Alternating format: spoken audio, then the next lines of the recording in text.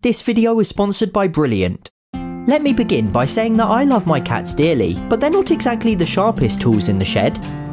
Sometimes Ralph and Bella do things so bafflingly dumb or bizarre that I can't help but question what, if anything, is going on inside their fluffy little heads.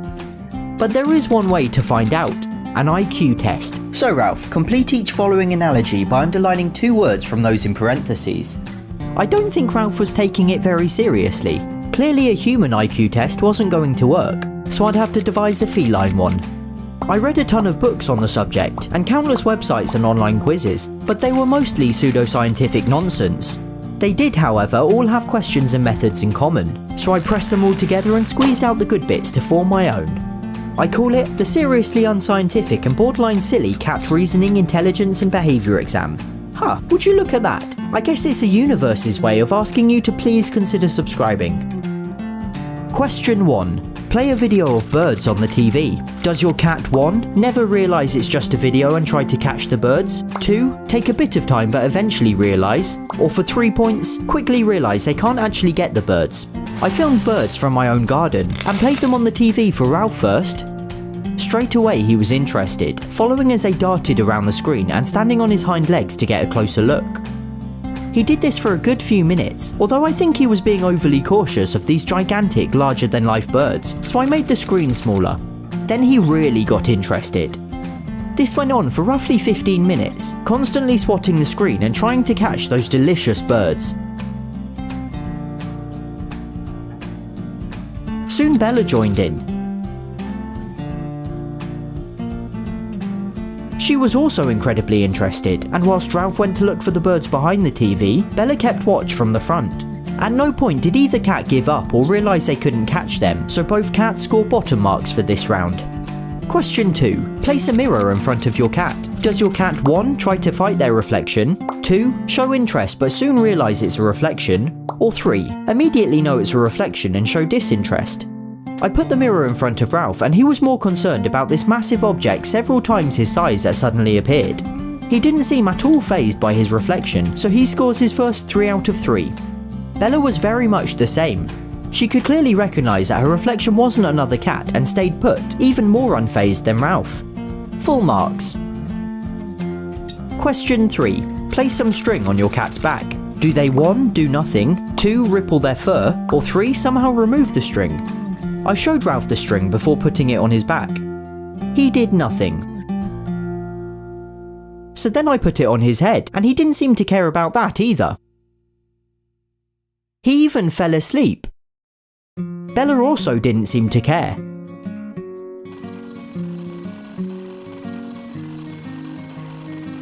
So I tried the string on her head. She obviously thought she looked very stylish because once again, she made no attempt to remove it. Bottom marks for intelligence, but top marks for fashion. Question 4. Show your cat their favourite toy and then hide it. Do they 1. Never find it, 2. Find it in under 30 seconds, or 3. Find it in under 15 seconds? Bella's a very playful cat, so she insisted on going first this time. After we got her warmed up, Danielle hid the toy behind a giant Lego brick and Bella found it within seconds. Ralph's favourite toy is a catnip-filled pillow, very kindly sent to him by Ari from Maryland. Thanks again, Ari. I let him have a good play with it first, or you know, maybe I just wasn't brave enough to take it from those murderously fluffy paws. How can something be so fluffy and yet so dangerous at the same time?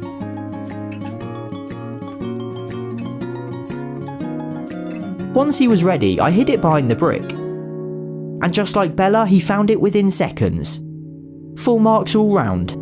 This first section has been very hit and miss, with bottom marks, bottom marks and full marks again. The next questions, however, are all observations about their behaviour, so hopefully they give us a little more insight.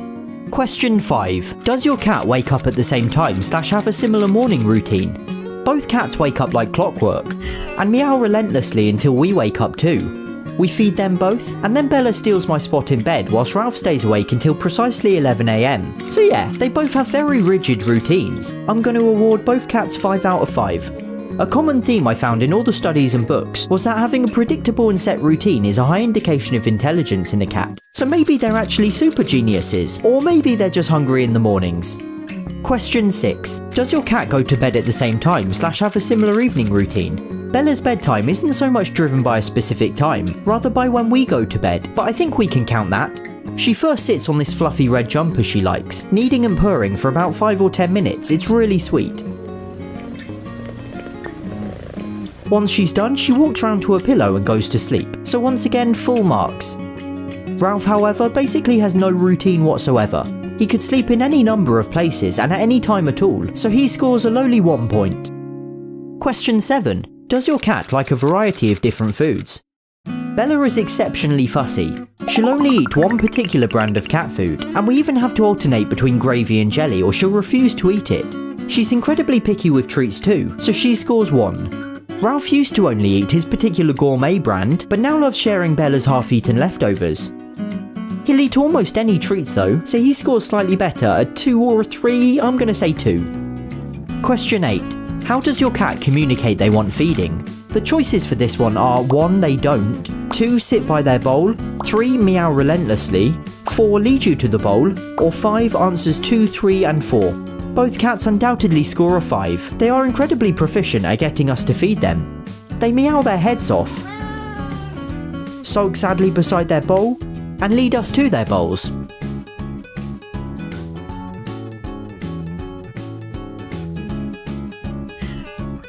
Now the next 5 questions are this time on a scale of 1 to 3. Question 9. Does your cat make different sounds for different needs? Ralph has a few different meows. He purrs a lot, and he makes these weird squeaky noises pretty much all the time.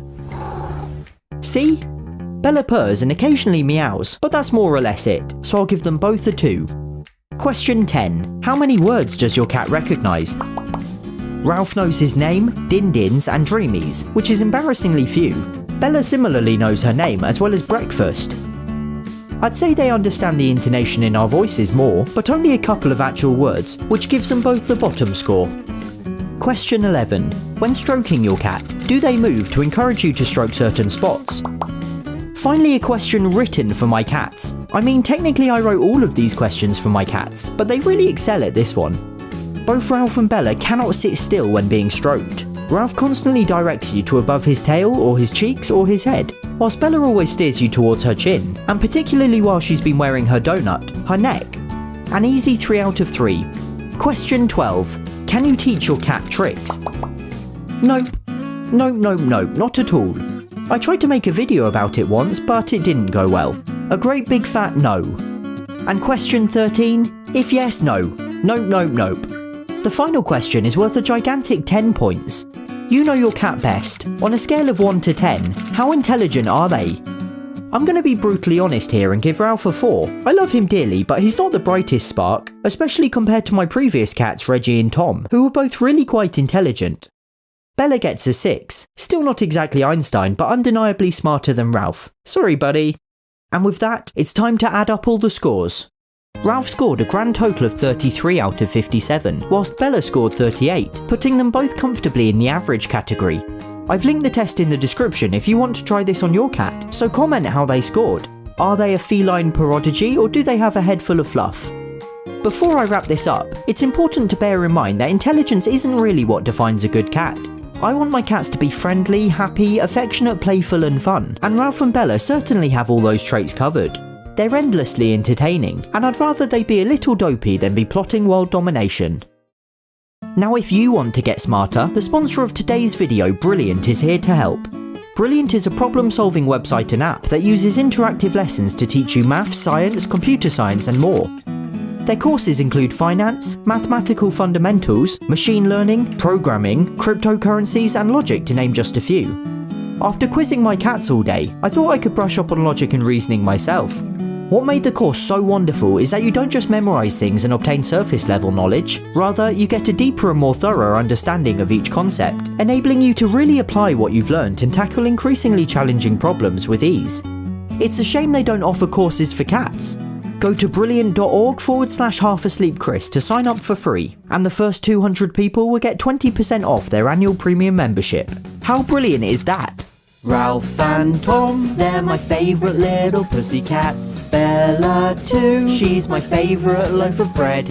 It started back with Reggie and his Golden Gate Bridge. Subscribe for all the wonderful adventures ahead.